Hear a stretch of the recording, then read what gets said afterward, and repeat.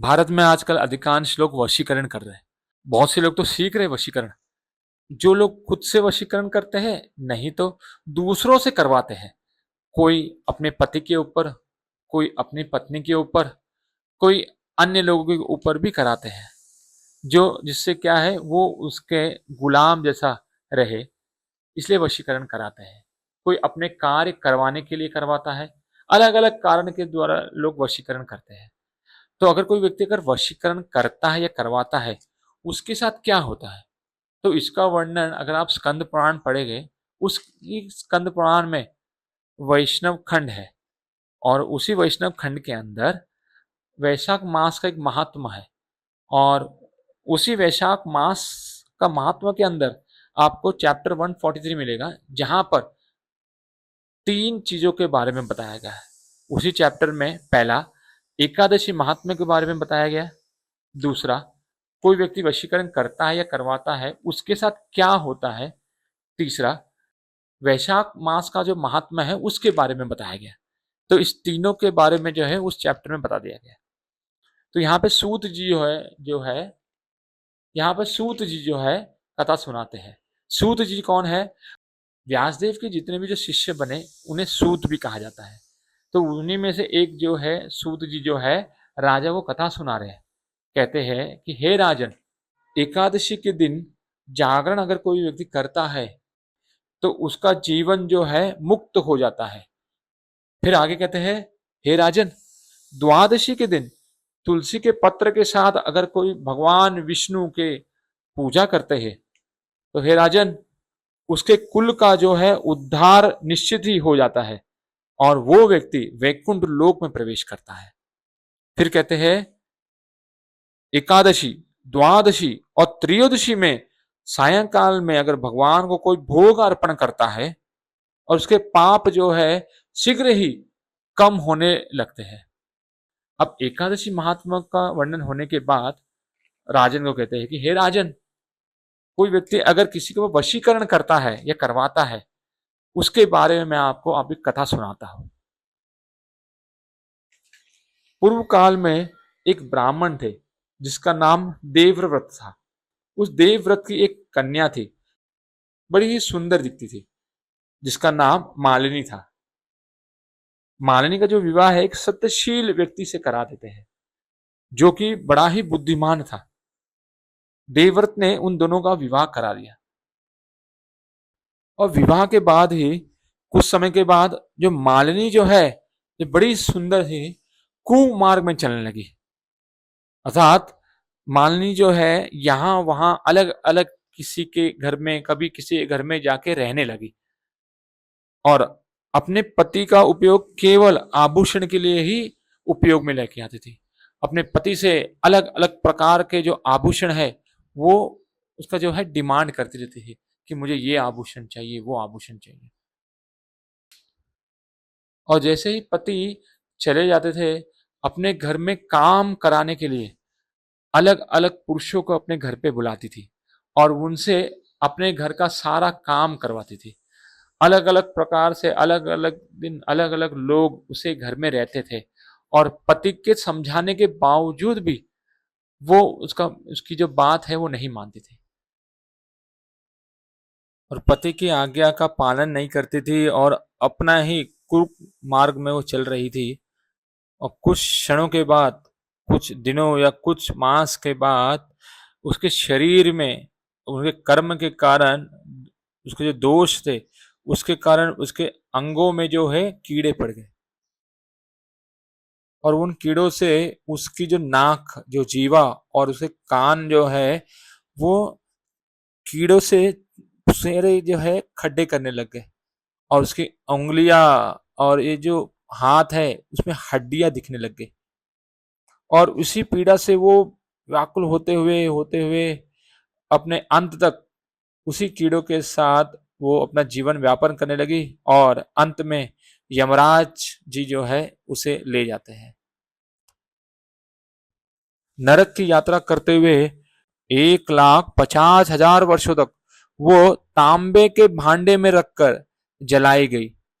सूत जी कहते हैं 1,50,000 वर्ष तक वो तांबे के भांडे में रखकर जलाई गई और 100 बार से भी अधिक कुत्ती के योनि में उसे जन्म लेना पड़ा। और जब ये 100वां जो उसे जन्म था, वो एक प्रदेश में, जहां पर एक ब्राह्मण रहते थे जिनका नाम था पद्म बंधु, इस ब्राह्मण के घर के बाहर वो अपना जीवन जो है यापन करती थी। और कुत्ती के रूप में भी उस जन्म में भी उसके शरीर में जो है कीड़े लगे थे, उसके सर में, उसके कान में, उसके नाक में, उसके पूंछ में कीड़े लगे हुए थे। और उस कीड़े के जो दुख से, अपने शरीर की जो पीड़ा से अपने 30 वर्ष उसने इसी प्रकार से निकाल दिए। और उसकी जो योनि है, उस योनि में भी कीड़े पड़ गए थे। तो इस प्रकार से सूत जी कहते हैं कि हे राजन, इस प्रकार से वो दुखी अपने जीवन को व्यापत करने लगी। और एक दिन वैशाख मास में शुक्ल पक्ष में द्वादशी के दिन, तिथि के दिन, जो पद्म बंधु नामक जो ब्राह्मण है, इसका जो पुत्र एक दिन स्नान करके, नदी में स्नान करके पवित्र होके अपने शरीर के अंग को गीला ही अपने घर पे आ गए और तुलसी के पास ही अपने पैरों को जो है वो धो लेते हैं। और जब वो घर पे जाते हैं वहां, और अपने पैरों को वो धो लेते हैं, और वो जो जल है उस उस कुत्ते के शरीर में गिर जाता है। जैसे ही ब्राह्मण अपने घर में, ब्राह्मण पुत्र जो है अपने घर में चले जाते हैं, कुत्ते को अपने पूर्व जन्म का जो कृत है वो सब याद आ जाता है। क्योंकि वैशाख मास में द्वादशी के दिन जो पुण्य है, उसके पैर के धूल से, केवल जल से उसे अपने पूर्व जन्म के जो कर्म है वो याद आ जाते हैं। तो हे राजन, जो कुत्ती है उसी द्वार के बाहर उस ब्राह्मण पुत्र को बुलाती है और कहती है कि हे ब्राह्मण पुत्र, कृपा करके मुझे अपना पुण्य जो है, एक दिन का जो वैशाख का जो पुण्य है वो मुझे दान कर दो। मैं शरीर को त्याग कर इस यम के दुखों से दूर हो सकूं। तो बहुत विनती करने पर भी जब पुत्र नहीं आता है, तो ब्राह्मण जो पद्म नामक है वो आते हैं और कुत्ती जो है सारा वृत्तांत जो है वो सुना देती है कि मैं किस प्रकार से अपने पति के ऊपर वशीकरण करती थी और अन्य लोगों पे वशीकरण करती थी। इस कारण से यमराज जी जो है मुझे नरक में तांबे के बर्तन में 1,50,000 वर्ष तक जलाए मुझे। तो हे ब्राह्मण देव, मुझे फिर से नरक की यात्रा नहीं करनी है, मुझे उस भांडे में फिर से जलना नहीं है, मुझे अन्य जन्मों में भी इस कुत्ते के रूप में नहीं रहना है। इसके लिए आप अपने पुत्र को कृपा करके कहिए कि अपने पुण्य जो है मुझे एक दान कर दे, जिससे मैं इस योनि से मुक्त हो सकूं। बहुत यातना करने पर भी ब्राह्मण का जो पुत्र है वो घर से बाहर ही नहीं आता है। और कुछ देर के बाद ब्राह्मण भी जो है घर पे चले जाते हैं।